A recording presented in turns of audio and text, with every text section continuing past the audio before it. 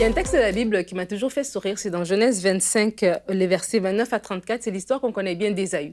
Ésaü revient des champs et il revient dans la précipitation et il a faim et il rencontre son frère Jacob et qui lui propose une soupe. Et on connaît l'histoire où Ésaü vend son droit d'aînesse en échange de cette soupe-là. Et là, on parle aujourd'hui du discernement pour des fréquentations réussies et peut-être vous allez me dire, mais quel est le rapport? Le rapport est celui-ci, c'est que Ésaü, en fait, il revenait fatigué, il est revenu affamé. Et dans son désir de manger, il n'a pas discerné tout de suite pourquoi est-ce que Jacob veut que je vende son droit d'aînesse pour ce repas. Qu'est-ce qui se passe derrière? Tout de suite, il a dit, j'ai faim, j'ai besoin de manger, c'est tout ce qui compte. Et des fois, quand on rentre dans des fréquentations, tellement on a le désir de se marier, tellement on ne veut plus retourner dans notre état de célibat, tellement on ne veut plus retourner dans cet état-là, on a la précipitation de se marier, qu'on ne discerne plus. Est-ce que c'est la bonne personne? Est-ce que c'est la bonne saison? On ne regarde plus les choses autour, tout devient flou. Pourquoi? Parce que notre seul objectif est de se marier. Mais le temps des fréquentations est un temps important. Et on doit le discerner pour le réussir tout simplement.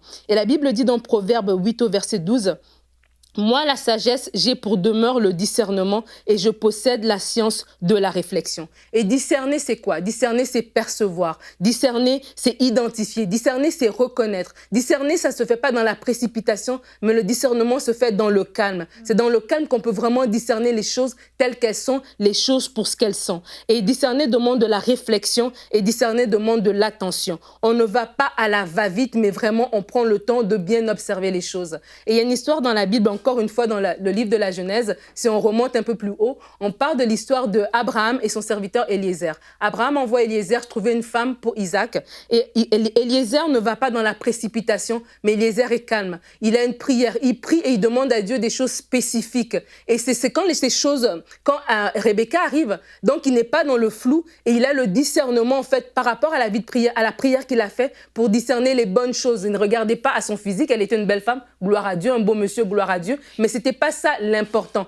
Et il avait vraiment des choses spécifiques qu'il avait demandé à Dieu de retrouver dans la femme pour le fils de son maître. Et vraiment, je vous invite, alors qu'on parle du discernement, alors qu'on parle d'avoir des fréquentations réussies, à vraiment vous pencher dans la prière pour être à l'écoute du Seigneur. La Bible dit que Dieu parle tantôt d'une manière, tantôt d'une autre, mais c'est nous qui n'y prenons point garde. Donc, soyez à l'écoute du Seigneur pour savoir, OK, c'est quoi les critères? Qu'est-ce que je dois vraiment regarder? Comment est-ce que je dois discerner quelque chose au-delà de ce que je vois de mes yeux? Mais qu'est-ce qui est en dessous? C'est quoi vraiment le caractère de cette personne-là à long terme? Et être sensible aussi à son témoin intérieur. Parce qu'au début, je parlais de la précipitation. Je parlais du désir de ne pas retourner en arrière, de ne pas retourner à son état de célibat, de regarder l'âge et de dire non, absolument, je dois me marier.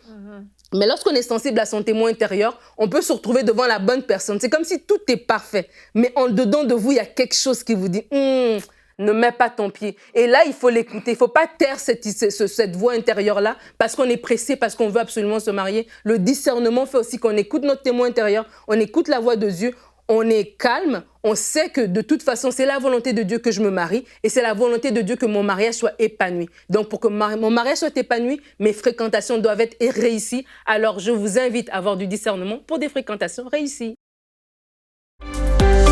Retrouvez la suite de ce programme dans l'émission Bonjour chez vous sur EMCI TV.